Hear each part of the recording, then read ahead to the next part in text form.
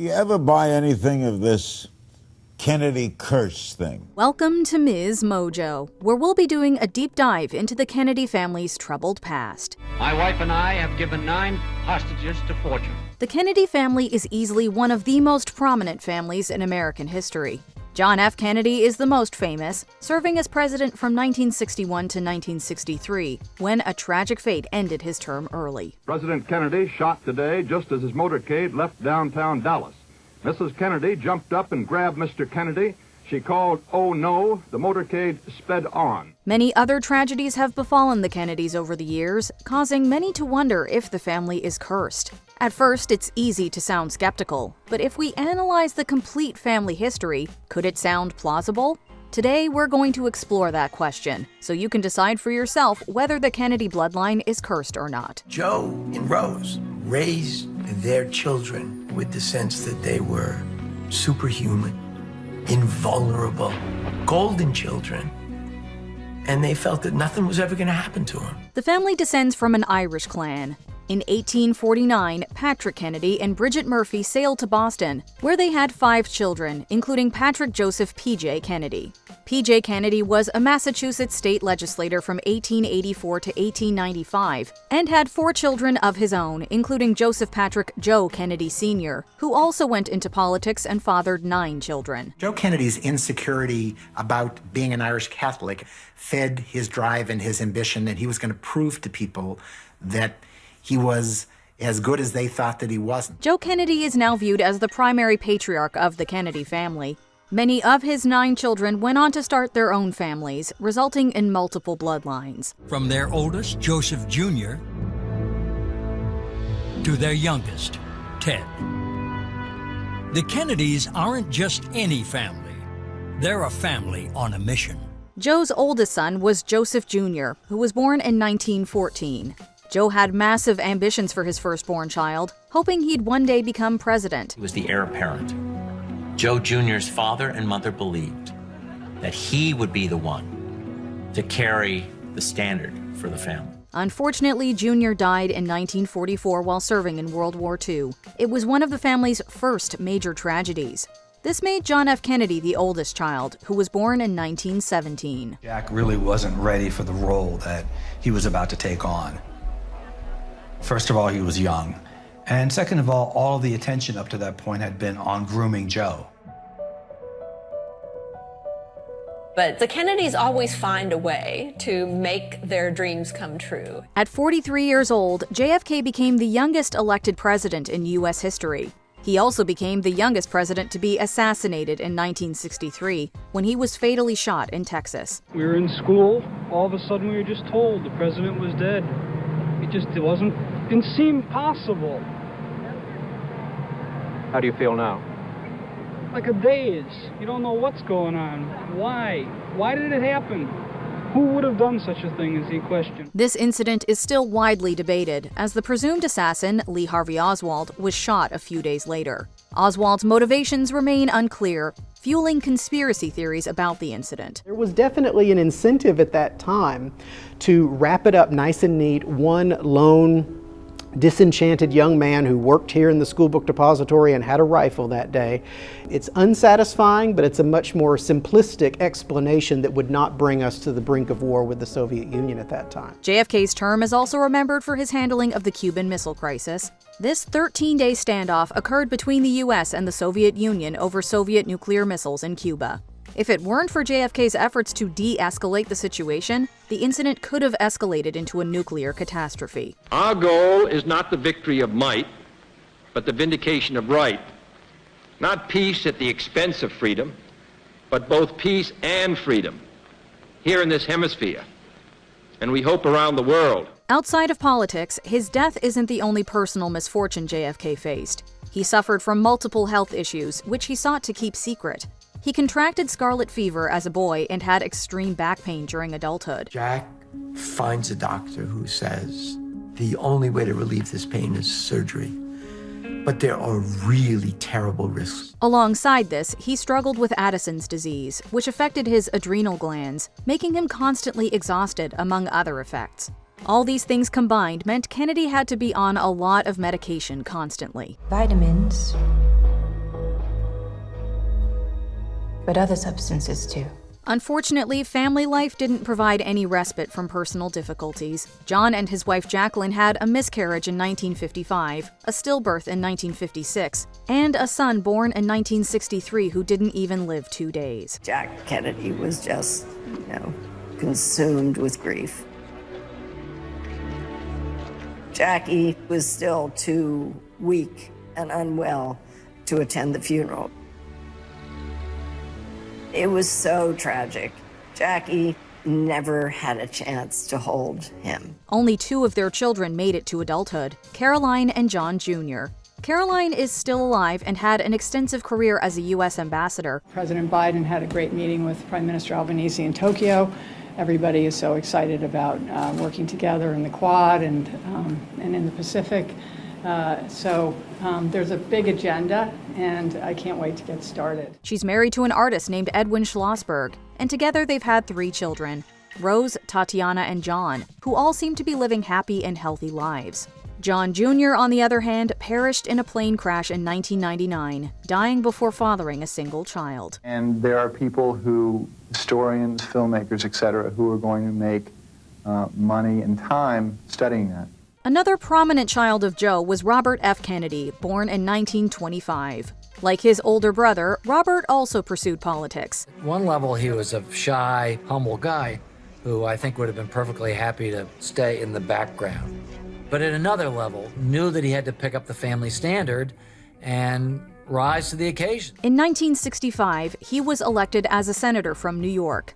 Before this, he was one of John's most valued advisors while he was president. In looking for an attorney general who must lead the fight for law enforcement, who must administer our laws without favor and with matchless integrity, I have turned to a man in whom I have found these qualities.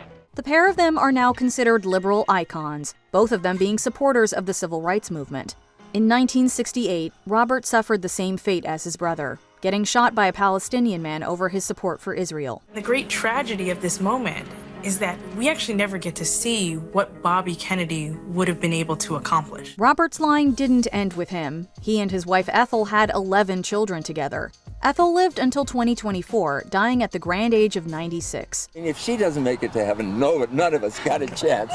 So she's going to go to heaven, and he went to heaven, and I know that. And they're together right now. Most of their children are still alive and live to see old age, but 2 suffered grisly deaths, furthering the notion of a Kennedy curse. One son, named David, died due to substance use in 1984. Another son, called Michael, died in a skiing accident in 1997. Michael Kennedy was skiing in Aspen and he hit a tree and died.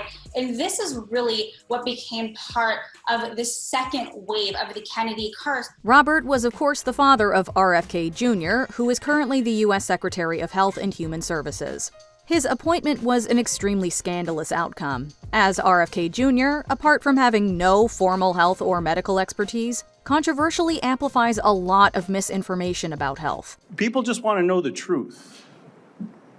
I don't think so. Mr. Secretary, you don't think so? Thank you. I don't think so. I hope everyone recording that got that, because there explains the Secretary's tenure here. Among numerous outlandish beliefs on the topic, he's one of the most vocal opponents to vaccines, which numerous studies prove is an immensely dangerous ideology.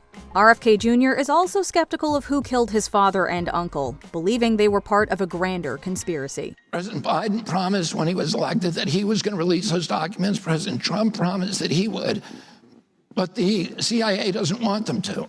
And so the question that I think Americans have a right to ask, including members of, my father and uncle's family, is why not? Between 1994 and 2010, Jr. was married to Mary Kennedy.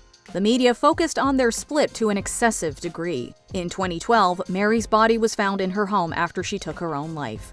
Before the incident, she discovered that Jr. kept a journal where he'd taken notes of 37 of his affairs while they were married. In the program I'm in, the journal that you're talking about is called Your Fifth Step. Oh, so it was part of the drug treatment journal? It was part of my, my recovery. Some of RFK's other grandchildren have also tragically fallen victim to the alleged curse. Robert's granddaughter, Saoirse, born to his 5th child, Courtney, died in 2019 of substance use, aged only 22.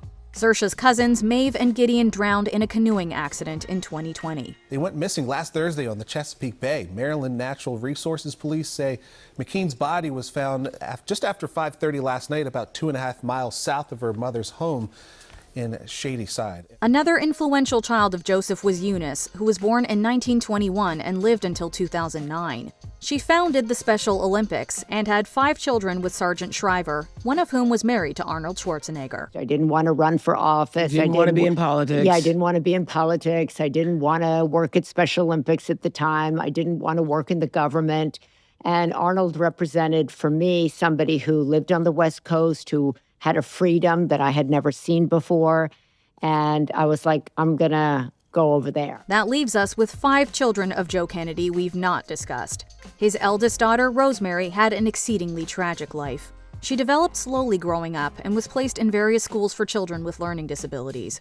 When she was 22, her sister Eunice claimed she was, quote, irritable and difficult. As she hit puberty, Rosemary goes to being somebody who is quite uncontrollable. There are sexual urges, and she's found with men. The family decided to treat her with a lobotomy, a medical procedure now considered extremely outdated. It left her unable to speak, and she was barely able to move, so she spent the next 6 decades of her life in a care home. Years later, my Aunt Eunice played a critical role in recognizing the rights of people who have intellectual disabilities. Joe's second daughter, Kathleen, married British Army officer Lord Hartington in 1944, only for the young man to die 4 months later.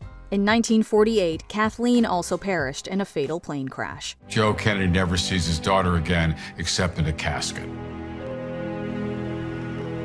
Jack learns that his beloved sister Kik has died in France. Jack Kennedy is a man who doesn't cry, who rarely shows emotions, but that day, Jack Kennedy breaks down. Another daughter of Joe's was Patricia, who aspired to become a film producer but was unable to due to the misogyny of the era. But at least she lived until 2006. Meanwhile, Joe's youngest daughter was Jean, who served as U.S. ambassador to Ireland in the 90s and died at age 92 in 2020. Mother and dad too very much sort of steered us in a direction and made it very clear that we had a responsibility being in America to do something for our country.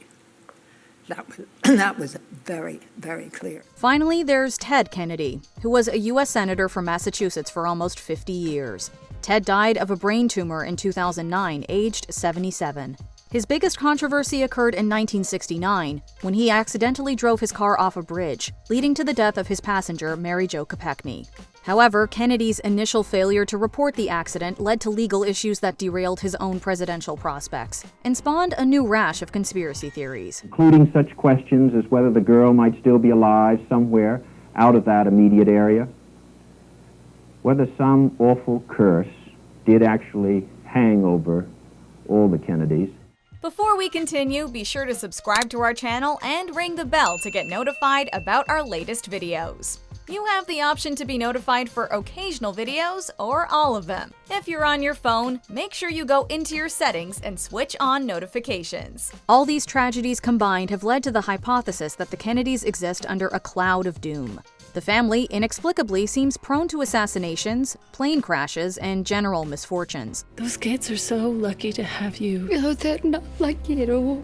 They're not lucky. I'm scared, Nancy. I'm scared. I'm scared. Ted Kennedy wasn't the first one to contemplate a family curse, but his words did give it more prominence. To this day, the idea persists. I think our family, the Kennedy family, has had to endure these things in a very open way. There are tons of skeptics of the theory who instead claim that the curse is a myth. They believe it's exaggerated simply so the Kennedys can avoid taking blame for their mistakes. They argue that the biggest curse they suffer is having too much money and power. Some people enjoy a life that's normal and mediocre. Other people respond to challenges and adventure and attainment. That's who we are. What do you think? Is the Kennedy bloodline cursed, or are they just unlucky? Let us know in the comments below.